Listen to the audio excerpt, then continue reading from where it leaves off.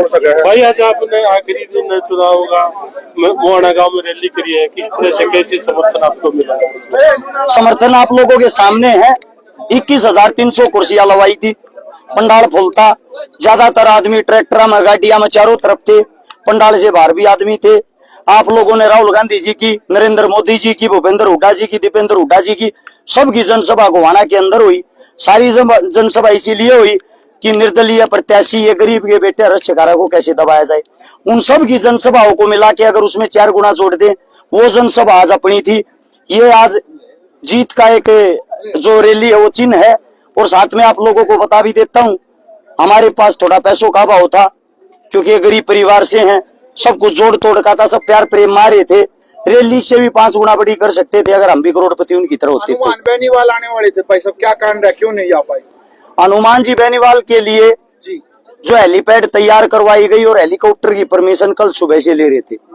हर बार प्रशासनिक अधिकारी ये कह रहे थे 1 घंटे के अंदर परमिशन मिल जाएगी, 2 घंटे के अंदर मिल जाएगी। उनका समय यहाँ पहुंचने का 1 बजे का था, 3 बजे तक परमिशन नहीं दी।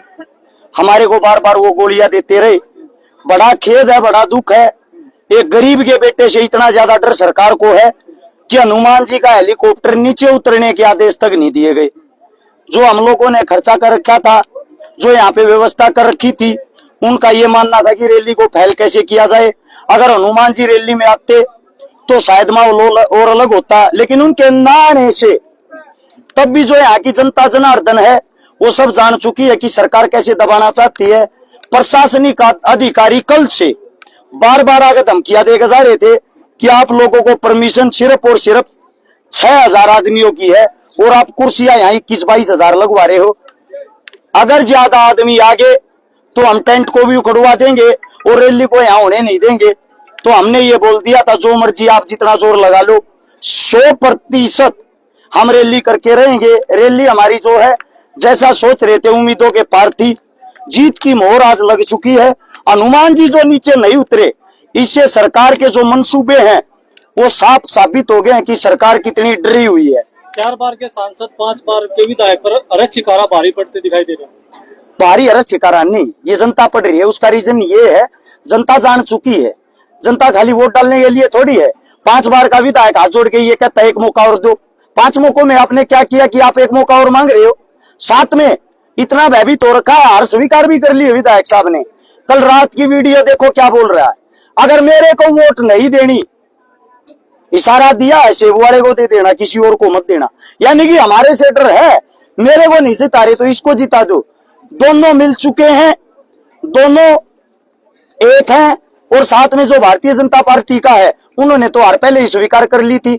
यहीं से एक निर्दलीय लड़का बड़ा अच्छा चल रहा था, वो हमारे अपने दलित समाज का बेटा था गोहाना से, उसकी अच्छी राजनीति चलती, यूथ था, युवा था, आने वाले टाइम का भविष्य होता। 2 करोड़ रुपए के ऊपर अपना दीन अमान बेच दिया, अपनी कौम बेच दी। आगे जीवन में ताजीवन 100 वोट लेने के लायक भी उसने अपना करियर नहीं छोड़ा। मैं तो ये कहता हूं जो अपनी कौम को, जो अपने ईमान को बेच देता है, उसे घटिया इंसान इस धरती पे ही नहीं। आपने बीजेपी के और जो कांग्रेस के उम्मीदवार है उन पे आरोप लगाया था कि वे दोनों के परिवार से डॉक्टर है और हल्के की सेवा ना करके वो दोनों ही बार के लोगों की सेवा करती है। देखिए सबसे बड़ी बात यह है, जो हमारे विधायक साहब हैं, अगर वे इतने सेवा करने वाले होते, बागपत में, बड़ौत में, यूपी में जाकर अलग अलग जगह बड़े बड़े कई करोड़ रुपए के हॉस्पिटल खोल रहे हैं, बिजनेस कर रहे हैं, वो बिजनेस उन्होंने गोहाना में क्यों नहीं किया? वोट चाहिए गोहाना की, पैसा कमाता है बाहर से, यहाँ इसलिए नहीं किया ताकि यहाँ की जनता जाकर कुछ न कुछ छूट ना ले ले, जाकर किसी गरीब ने न्यू ना कहनी पड़ जाए जी आपका वोट गिरने आऊं, मेरा इलाज मुफ्त कर दो। साथ में जो डॉक्टर साहब हैं, वोट चाहिए गोहाना तय, हॉस्पिटल चला रहे दिल्ली में। तीसरा जो यहाँ से हर्ष छिकारा है, आयुर्वेदिक अपना दवाइया का काम है, सभी को इस बात का पता है। सोनीपत के अंदर अपना ऑफिस है आयुर्वेदा का, 60 साल से ज्यादा उम्र का आदमी जो भी दवाई लेने के लिए आता है, सुनाओ तो आज तो लड़ना शुरू कर 5 साल तक दवाई फ्री दी आ रहा। फर्क आपको साफ नजर आ रहा है। भाई पहले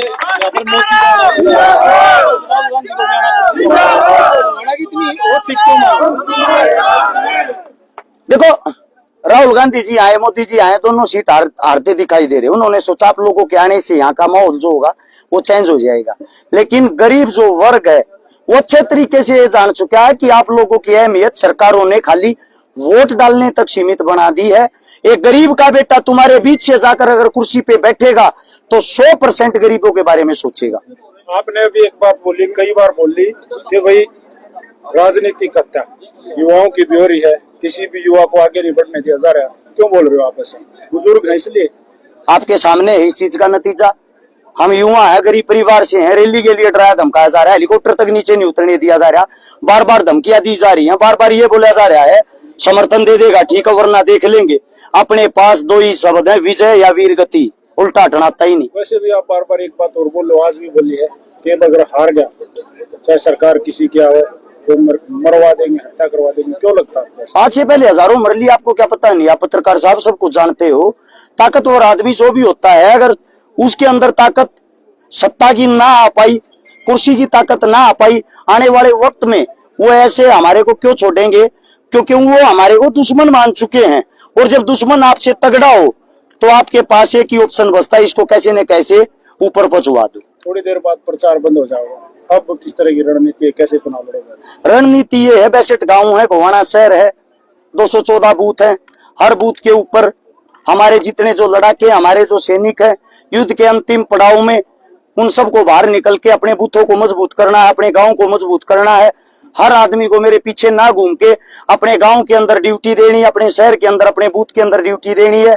साथ के साथ चुनाव के टाइम पे 5 तारीख की शाम के 6 बजे तक कोई भी साथी ढीला ना रहे और बार बार अफवाहें फैलाई जाएंगी, अफवाहों पर ध्यान ना दे। वो बिक गया, वो बैठ गया, उसने समर्थन दे दिया। जिसके साथ तुम लगे हुए हो, तुम्हारा भाई जब तक शरीर के अंदर खून की आखिरी बूंद लड़ता रहेगा, झुकना स्वीकार नहीं करेगा। अपने भाई पे विश्वास करना। साथ के साथ एक बात और बता देता हूं, आज की जो रात होगी, कल की जो रात होगी, पार्टियों के पास बहुत सारा पैसा होता है, बोरिया भर भर के पैसा बांटेंगे, वोटों को खरीदने की कोशिश करेंगे, दारू बांटेंगे। मैं ये नहीं कहता पैसा मत लो, दारू मत लो, जो मर्जी आपका मन करे लो, लेकिन वोट अपने बेटे अपने भाई की देना। सत्यता के लिए आपका बेटा लड़ रहा है। धन्यवाद।